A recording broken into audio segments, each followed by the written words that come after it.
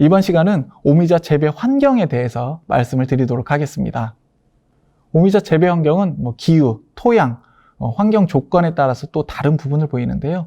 오미자는 다른 작물과는 다르게 해발이 기본적으로 300m 이상이 되어야만 재배가 가능합니다. 그래서 우리 전라북도 지역 같은 경우에도 무주, 진안, 장수, 그리고 남원, 순창 일부 지역에서만 재배가 가능합니다. 하지만 강원도 같은 경우는 평균 기온이 낮기 때문에 평지에서도 재배는 가능합니다. 그리고 토양 같은 경우는 대부분 약용작물은 배수가 원활하지 않은 토양 조건을 좋아하지 않습니다. 그래서 배수가 잘 되는 사질 양토를 좋아한다는 것을 확인할 수가 있습니다. 자, 1년의 재배력을 먼저 말씀을 드리도록 하겠습니다. 먼저 오미자를 심기 전에 퇴비 그리고 경우 및 정지 이 부분을 적어도 식재 2-3개월 전에는 준비를 해 주셔야 됩니다. 그리고 이게 마무리되면 10월 정도의 유인트를 설치해 줘야 됩니다. 지난 시간에 말씀드렸듯이 오미자는 혼자 서지 못하기 때문에 지주가 꼭 필요합니다. 그리고 3월이 되면 오미자 묘목을 식재하는데요. 가을에 식재를 해도 되고 봄에 식재를 해도 됩니다. 이 부분은 다음 시간에 설명을 자세하게 드리도록 하겠습니다. 그리고 이런 식으로 식재를 하고 난 뒤에는 볏짚이나 흑색 PE 비닐을 피복해서 한발이나 가뭄 피해를 예방해 주어야 됩니다. 그리고 3월에는 밑거름을 주게 되고요. 그 다음에 줄기 유인, 그리고 6, 7월에는 웃거름과 제초 작업, 그리고 6월에서 8월에는 또 병해충 방제, 그리고 9월에서 10월에는 수확을 하는 단계로 됩니다. 그리고 수확 후에는 이제 판매가 이루어지게 되고요. 그리고 나서 다시 1월, 2월에는 전정을 하게 됩니다. 오미자는 포도와 많이 비슷한 경향이 있기 때문에 재배 방법이 포도와는 좀 동일한 부분들이 많이 있습니다. 자, 그래서 하나씩 먼저 말씀을 드리도록 하겠습니다. 먼저 예정지 관리인데요. 아까 말씀드린 것처럼 2-3개월 전에는 준비를 해 주셔야 되고요. 그리고 우리나라의 토양은 대부분 산성이기 때문에 이 pH 조건을 맞춰주는 것이 매우 중요합니다.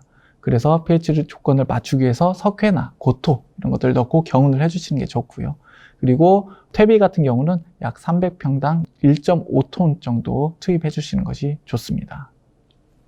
자, 우리 전라북도 지역에 오미자를 주로 재배하는 지역의 토양 조건들을 한번 조사를 해보았습니다. 무주, 진안, 장수 이쪽을 보았을 때 다른 부분들은 크게 문제가 없는데 역시 우리나라 토양 특성상 이 pH 조건이 가장 큰 문제가 되었습니다. 그래서 이 pH 조건을 맞춰주는 방법은 아까 말씀드렸듯이 꼭 석회나 고토 등을 투입해서 미리 준비를 해주시는 게 좋습니다.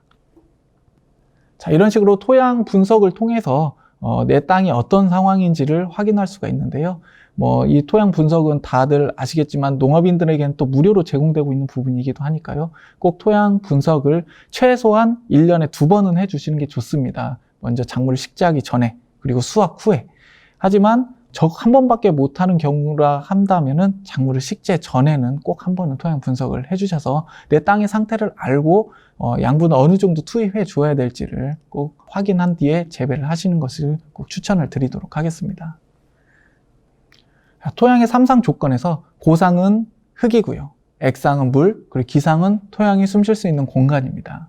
근데 우량 과원 같은 경우에 가장 좋은 조건은 토양 5, 그리고 물 25, 그리고 숨쉴 수 있는 공간 25. 이 정도가 가장 좋은 조건인데 우리나라에서 좋지 않은 토양 조건 대부분이 기상이 많이 부족합니다. 결국 뿌리가 활착하고 숨쉴 수 있는 공간이 부족하다는 거죠.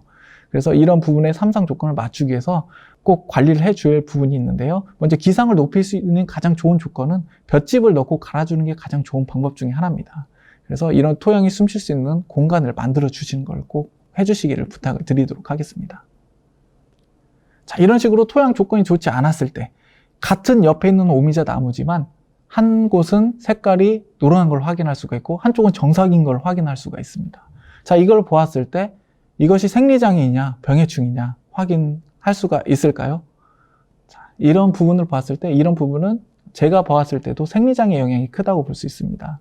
생리장애와 병해충은 크게 다른 점이 생리장애 대부분이 입이 황화되거나 입 끝부터 마르는 증상이 발생을 합니다. 하지만 병해충은 내가 몸이 아프니까 어디서부터 아파 이렇게 되어지진 않는다는 거죠. 부위와 장소 이런 걸 가리지 않고 발생한다는 점에서 생리장애는 좀 다른 부분이 있습니다. 그래서 토양 조건이 정확하게 맞지 않으면 이 한 곳에만 양분이 집중되는 이런 문제가 발생했을 때 생리장애가 발생할 수도 있고요.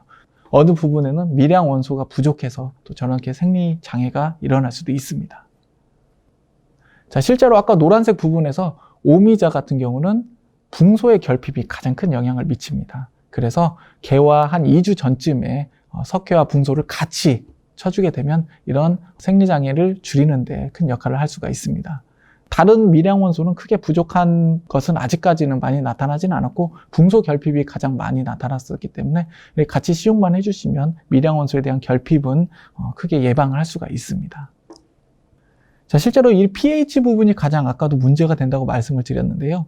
질소 비료는 시용을 하게 되면 바로 효과가 나타납니다. 이걸 바로 속효성 비료라고 하는데요. 석회나 고토 같은 경우는 완효성 비료입니다. 1년 정도는 지나야 pH가 올라가기 때문에 예정지 관리를 그래서 약초는 최소한 1년, 길게는 2년까지 하라고 합니다. 이런 식으로 1년이 지나야 pH가 올라가는 거 확인이 되고요. 또 2, 3년 정도 유지가 되다가 다시 떨어지게 됩니다.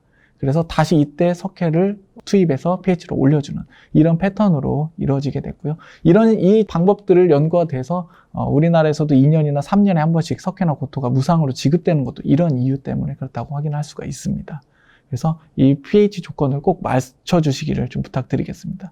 실제로 어떤 농가분들은 내가 석회를 줬는데 왜 pH가 안 올라가느냐, 바로 이런 부분 때문에 그렇기 때문에 꼭 미리 예정지 관리를 해주시는 걸 부탁을 드리도록 하겠습니다. 자, 그러면 토양 조건을 어떻게 맞춰줄 수 있느냐? 실상 보면 크게 할 수 있는 방법은 많지는 않습니다. 물리성, 화학성, 미생물적 이런 성질을 바꿔줄 수 있는 방법은 크게 심경 또는 초생재배, 여기 보는 조건들이 배수, 심경, 또 초생재배, 배수 다 이런 조건이 동일하게 겹쳐집니다. 그래서 이런 부분들만 좀 맞춰주신다면 꼭 오미자가 아니더라도 다른 작물들도 재배하는데 크게 어려움이 없게 되기 때문에 토양 조건들을 꼭 확립시켜 주길 말씀을 드리겠습니다. 실제로 한농과 상농 이렇게 구분되지만 한농 같은 경우는 나는 수량만 많으면 돼 이렇지만 실제로 상농들은 토양 조건, 결국 이 베이스 기반을 어떻게 맞추느냐, 이것이 가장 중요하게 여깁니다. 그렇기 때문에 장기적으로 보았을 때는 토양 조건을 먼저 맞추는 것이 중요합니다. 실제로 오미자 같은 경우는 한번 재배를 하게 되면 나무가 죽지 않는 이상 20년 이상까지도 재배할 수 있는 작물이기 때문에 이 토양 조건을 꼭 확립해 주고 재배해 주시길 부탁드리도록 하겠습니다. 이번 시간에는 오미자의 재배 토양 환경 조건에 대해서 말씀드렸습니다.